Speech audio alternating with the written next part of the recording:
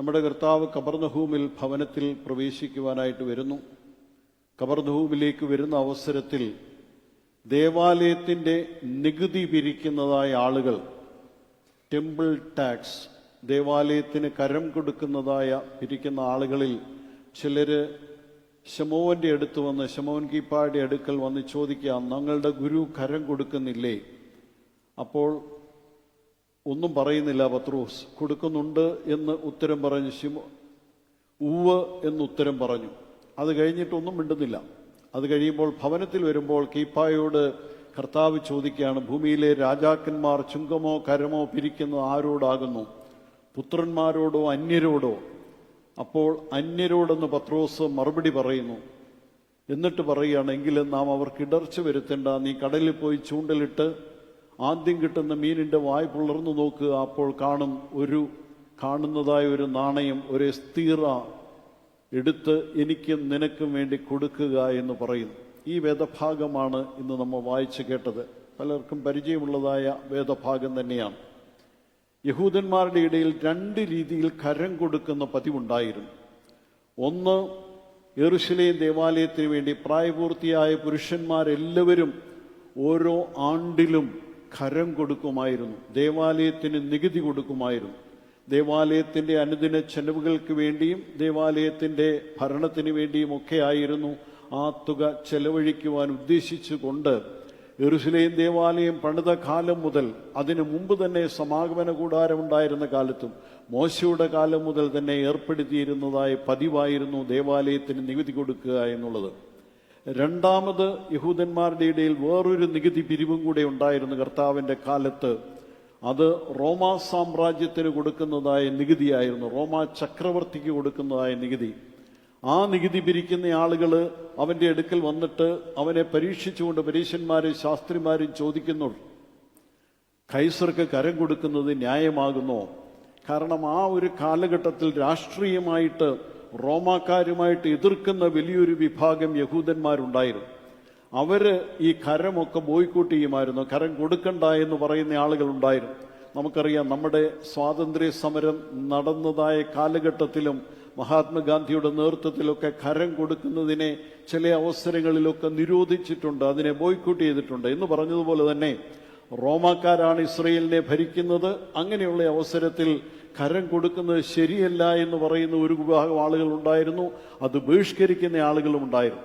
അങ്ങനെ വന്നപ്പോഴാണ് കർത്താവിൻ്റെ അടുക്കൽ വന്ന് ചോദിക്കുന്നത്, കൈസർക്ക് കരം കൊടുക്കുന്നത് ന്യായമാണോ എന്ന്. അപ്പൊ കർത്താവിനെ ഉത്തരം മുട്ടിക്കുവാനായിട്ടാണ് ചോദിക്കുന്നത്. അപ്പൊ കർത്താവ് പറയുന്നുണ്ട്, നിങ്ങളുടെ കയ്യിൽ എന്ത് നാണയമാണുള്ളത്? ഒരു നാണയം കൊണ്ടുവരിക എന്ന് പറഞ്ഞു. ആ നാണയം കൊണ്ടുവന്ന് നോക്കുന്ന ഉടനെ ഇതിലെ സ്വരൂപവും മേലെഴുത്തും ആരുടേതെന്ന് ചോദിക്കുന്നു. കൈസറുടേതെന്ന് പറയുന്നു. അപ്പോൾ കർത്താവ് ആ ജനത്തോട് പറയുകയാണ്, പരീശന്മാരോടും ശാസ്ത്രിമാരോടും അവനെ പരീക്ഷിക്കുവാൻ വന്നവരോടും പറയുക, കൈസർക്കുള്ളത് കൈസർക്കും ദൈവത്തിനുള്ളത് ദൈവത്തിനും കൊടുക്കുക. ഇങ്ങനെ രണ്ട് സന്ദർഭത്തിൽ കർത്താവിനെ നേരിട്ട് ഈ ടാക്സിന്റെ കാര്യത്തിൽ വന്ന് ചോദ്യം ചെയ്യുന്നുണ്ട്. ഇവിടെ ഇന്ന് നമ്മൾ വായിച്ചു കേട്ടത് ദേവാലയത്തിന് കൊടുക്കുന്ന നികുതിയെ സംബന്ധിച്ചുള്ള ചോദ്യമാണ്. അപ്പൊ അവിടെ വന്നപ്പോൾ കർത്താവ് അതിനെ നിഷേധിക്കുന്നില്ല. ദേവാലയത്തിന്റെ നടത്തിപ്പിന് ആ നികുതി കൊടുക്കേണ്ടത് ആവശ്യമാണെന്ന് യഹൂദന്മാരറിയാം. അവിടെ ഒരു തർക്കമുണ്ടാക്കുന്നില്ല. അവൻ പരീശന്മാരുടെയും ശാസ്ത്രിമാരുടെയും പല നടപടികളെയും നമ്മുടെ കർത്താവ് പല അവസരങ്ങളിലും ചോദ്യം ചെയ്യുന്നുണ്ട്. അതിന്റെ പശ്ചാത്തലത്തിലാണ് വന്ന് ചോദിക്കുന്നത്, ഈ വർഷം ഇവൻ കരം കൊടുക്കുന്നുണ്ടോ എന്ന്. അപ്പോൾ പത്രോസ് കൊടുക്കുന്നുണ്ടെന്ന് തന്നെ ഉത്തരം പറയുന്നു. അവിടെ വന്നപ്പോൾ കർത്താവ് ചോദിക്കുക, ഭൂമിയിലെ രാജാക്കന്മാർ ചുങ്കവും കരവും പിരിക്കുന്നത് ആരോടാകുന്നു? പുത്രന്മാരോടോ അന്യരോടോ? അന്യരോടെന്ന് പത്രോസ് പറയുമ്പോൾ എങ്കിൽ പുത്രന്മാർ ഒഴിവുള്ളവരാണല്ലോ, അത് കൊടുക്കേണ്ട കാര്യമില്ലല്ലോ.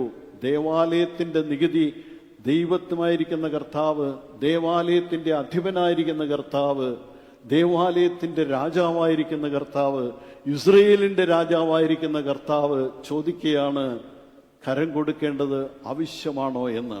അപ്പോൾ പത്രോസിന് അതിന്റെ ഉത്തരം മനസ്സിലായി. ഇൻഡയറക്റ്റായിട്ട് പത്രോസിനോട് സൂചിപ്പിക്കുകയായിരുന്നു അവൻ ദൈവപുത്രനാണെന്ന്. ദൈവപുത്രൻ ദേവാലയത്തിൽ കരം കൊടുക്കേണ്ട ആവശ്യമില്ല എന്ന മെസ്സേജ് പത്രോസിനും മറ്റ് ശിഷ്യന്മാർക്കും കർത്താവ് നൽകുക. എന്നിട്ട് പറയുക, എങ്കിലും നാം അവർക്ക് ഇടർച്ച വരുത്തേണ്ട എന്ന് പറഞ്ഞിട്ട് പത്രോസിനോട് പറയുക, നീ കടലിൽ പോയി ചീണ്ടലിട്ട് ആദ്യം കിട്ടുന്ന മീനിന്റെ വാ പിളർന്നു നോക്കുക. അപ്പോൾ കാണുന്ന നാണയം എനിക്കും നിനക്കും വേണ്ടി കൊടുക്കുക. പത്രോസിന് ഒരു തരത്തിൽ പറഞ്ഞാൽ അത്ഭുതം തോന്നിക്കാണും. മെശിഹാ തമ്പുരാനെക്കാട്ടിൽ കൂടുതൽ സമയം, കൂടുതൽ കാലം ഈ ലോകത്തിൽ ജീവിച്ചിരുന്ന് മീൻ പിടിച്ചിട്ടുള്ള, ചെറുപ്പം മുതൽ മീൻ പിടിപ്പിക്കുന്ന ഒരു മുക്കുവനാണ് പത്രോസ്. പത്രോസിനറിയാം ഈ മീനെ പിടിച്ച് അതിന്റെ വാ തുറന്നാൽ എങ്ങനെയാ കാണുന്നത്, നാണയം കാണുമോ എന്നുള്ള സംശയം പത്രോസിന്റെ മനസ്സിൽ തോന്നിക്കാണും. പക്ഷെ പത്രോസ് ഒന്നും പറയുന്നില്ല. അവിടെ ചെല്ലുന്നു, ചൂണ്ടലിടുന്നു, കർത്താവ് പറഞ്ഞതുപോലെ കേൾക്കുന്നു. പത്രോസിന് വളരെയധികം മനസ്സിൽ സംഘർഷമുണ്ടായി കാണും ഈ സന്ദർഭത്തിൽ. പക്ഷെ അതൊന്നും കാണിക്കുന്നില്ല, നേരെ പോകുന്നു. അവിടെ പത്രോസിനൊരു വിശ്വാസമുണ്ട്. എന്താണ് ഗുരു കൽപ്പിച്ചത് അതനുസരിച്ച് ചെയ്യുക. അസാധ്യ കാര്യങ്ങൾക്ക് ശക്തിയുള്ളവനാണ് ദൈവം. അസാധ്യ കാര്യങ്ങൾക്ക് ശക്തിയുള്ളവനാണ് ഈ കൂടെ നടക്കുന്ന മെശിഹാ തമ്പുരാനെന്ന് പത്രോസിന് വളരെ ഭംഗിയായിട്ട് അറിയാം. അതുകൊണ്ടാണ് അവൻ കൽപ്പിച്ചപ്പോൾ, നീ പോയി ചൂണ്ടലിട്ട് മീനെ പിടിക്കാൻ പറഞ്ഞപ്പോൾ, എത്ര എക്സ്പീരിയൻസ്ഡ് ആയിട്ടുള്ള മീൻപിടുത്തക്കാരനാണെങ്കിലും മുക്കുവനാണെങ്കിലും പത്രോസ് ആ വാക്ക് സംശയിക്കാതെ പോയി മീൻ പിടിച്ച് കരം കൊടുക്കുന്നു. അസാധ്യ കാര്യങ്ങൾക്ക് ശക്തിയുള്ളവനാണ് കർത്താവ്. പ്രതിസന്ധികൾ ഉണ്ടാകുമ്പോൾ, പ്രയാസങ്ങൾ ഉണ്ടാകുമ്പോൾ കർത്താവിന് വേണമെങ്കിൽ അവിടെ പറയാം, യൂദായുടെ കയ്യിൽ പണസഞ്ചി ഇരിപ്പുണ്ട്, വേറെ ആരോടെങ്കിലും പറയാം ഈ കരം കൊടുക്കാനായിട്ട്. പക്ഷെ അതൊന്നും അല്ല ചെയ്യുന്നത്. പത്രോസിനോട് തന്നെ പറയാം, നീ പോയി അത് ചെയ്യാൻ പറയുന്നു. കാണിച്ചു കൊടുക്കുക ഒരു ദൃഷ്ടാന്തം. അസാധ്യ കാര്യങ്ങളെ ചെയ്യുവാനായിട്ടും ചെയ്യിക്കുവാനും കഴിവുള്ളവനായ ദൈവം. അവന് മരുഭൂമിയിൽ നീരുറവയുണ്ടാക്കുവാനായിട്ട് സാധിക്കും. ചെങ്കടലിനെ പിളർന്ന് ജനത്തെ നടത്തുവാനായിട്ട് സാധിക്കും. ആകാശത്ത് നിന്ന് മന്ന പൊഴിച്ച് ജനത്തിന് ആഹാരം കൊടുക്കുവാനായിട്ട് സാധിക്കും. 5 അപ്പം കൊണ്ട് 5000 പോഷിപ്പിക്കുവാനായിട്ട് സാധിക്കും. കടലിലെ മത്സ്യത്തിന്റെ വായിൽ നിന്ന് നാണയമെടുത്ത് കരം കൊടുക്കുവാനായിട്ട് സാധിക്കും. അസാധ്യ കാര്യങ്ങൾക്ക്, നമ്മളുടെ മനസ്സിലും ചിന്തയിലും വരാത്ത കാര്യങ്ങള്, നാം ആഗ്രഹിക്കുന്നതിലും നനയ്ക്കുന്നതിലും ചിന്തിക്കുന്നതിലും ഉപരിയായി പ്രവർത്തിക്കുവാൻ സാധിക്കുന്നവനാണ്, അത്ഭുതങ്ങൾ പ്രവർത്തിക്കുന്നവനാണ് നമ്മളുടെ ദൈവമായ മിശിഹാ തമ്പുരാൻ. ഇവിടെ ടാക്സ് കൊടുക്കുന്നതിനെ കുറിച്ച് അവിടെ തർക്കമുണ്ടാവുക. അവിടെ ആളുകൾ ദേവാലയത്തിന് നികുതി കൊടുക്കണമോ കൈസർക്ക് കരം കൊടുക്കണമോ എന്നുള്ളതിനെ കുറിച്ചൊക്കെ ജനങ്ങളുടെ ഇടയിൽ ഭിന്നതയുണ്ട്. ദേവാലയത്തിന് നികുതി കൊടുക്കുന്നതിനെ കുറിച്ചും പ്രത്യേകമായ കൺസേൺ അവരുടെ ഇടയിലുണ്ട്. ദേവാലയത്തിന് നികുതി കൊടുക്കണ്ട എന്ന് പറയുന്ന ആളുകൾ കുറെ പേരുണ്ടായിരുന്നു. അതിന് പ്രധാനപ്പെട്ട ഒരു കാരണം, അക്കാലത്ത് വെസ്പേഷ്യൻ ചക്രവർത്തിയുടെ സമയത്ത്, കർത്താവിന്റെ കാലത്തിന് ശേഷമാണ് ഈ വേദപുസ്തകം എഴുതുന്നതായ ആ സന്ദർഭത്തിൽ, വെസ്പേഷ്യൻ ചക്രവർത്തിയുടെ ഭരണകാലത്ത്, റോമാ ചക്രവർത്തിയുടെ ഭരണകാലത്ത് യെരുശലേം ദേവാലയത്തിൽ ഭണ്ഡാരത്തിൽ ഇടുന്നതായ പണം എടുത്തുകൊണ്ട് റോമാക്കാർ അവരുടെ ദേവനായിരുന്ന ജൂപ്പിറ്ററിന്റെ ദേവാലയത്തിലേക്ക് കൊണ്ടുപോകുമായിരുന്നു. അത് ജനങ്ങൾക്ക് മനസ്സിലായി. അപ്പൊ കരം കൊടുക്കുന്നതിനെ ആളുകൾ നിരോധിക്കുക, അതിന് തയ്യാറാകുന്നില്ല. ദേവാലയത്തിൽ ഇടുന്ന പണം ഏത് രീതിയിൽ വിനിയോഗിക്കണമെന്ന് ഭംഗിയായി അറിയുവാൻ ദേവാലയത്തിന്റെ ചുമതലക്കാർക്ക് സാധിക്കണം. ദാവീദ് സങ്കീർത്തനത്തിൽ പറയുന്നുണ്ട്, തന്റെ ഭക്തന്മാർ കാണുക ഞാൻ എന്റെ നേർച്ചകളെ കഴിക്കും, എളിയവൻ തിന്നു തൃപ്തനായി ദൈവത്തെ മഹത്വപ്പെടുത്തും. ആവർത്തന പുസ്തകത്തിൽ മോശ ജനത്തിന് കൊടുക്കുന്നതായ കൽപ്പനയുണ്ട്, നിന്റെ ഇടയിലുള്ള ദരിദ്രന്മാരെ നീ പോഷിപ്പിക്കണം, അവർക്ക് നീ കൊടുക്കണം. അവർ തിന്നു തൃപ്തരായി ദൈവത്തെ സ്തുതിക്കുമ്പോൾ ദൈവത്തിന്റെ അനുഗ്രഹങ്ങൾ നിനക്ക് ലഭിക്കും. പ്രവാചകന്മാരുടെ പ്രവചനങ്ങളിൽ അനേക ദൃഷ്ടാന്തങ്ങൾ നമുക്ക് കാണുവാനായിട്ട് സാധിക്കും. എളിയവനെയും രോഗികളെയും ദരിദ്രരെയും സഹായം ആവശ്യമുള്ളവരെയും സഹായിക്കുവാനായിട്ട് സാധിക്കുക. പരിശുദ്ധ ശ്ലീഹന്മാർ പ്രസംഗിക്കുന്ന അവസരത്തിൽ സുവിശേഷ പ്രചരണം നടത്തുന്ന ആദ്യ കാലഘട്ടങ്ങളിൽ അവരുടെ മുമ്പാകെ നേർച്ച വഞ്ചി ഉണ്ടായിരുന്നു. അതിൽ കൊണ്ടുവന്ന ആളുകൾ ഇടുന്നതായ നേർച്ചപ്പണം എടുത്തിട്ട് അനാഥരുടെയും വിധവകളുടെയും സംരക്ഷണത്തിനായിട്ട് ഉപയോഗിക്കുമായിരുന്നു. ദേവാലയത്തിലിടുന്ന നേർച്ചപ്പണം അനാഥരെയും വിധവകളെയും സംരക്ഷിക്കുവാൻ വേണ്ടിയുള്ളതാണ്. അതെടുത്തു മാറ്റിക്കൊണ്ടങ്ങ് റോമായിലേക്ക് കൊണ്ടുപോയതിനെയാണ് പരീശന്മാരും ശാസ്ത്രിമാരും യഹൂദന്മാരും ജനങ്ങളും ചോദ്യം ചെയ്തത്. ഇടുന്ന പണം ജനത്തിന് വേണ്ടി ഉപയോഗിക്കാനായിട്ട് സാധിക്കണം.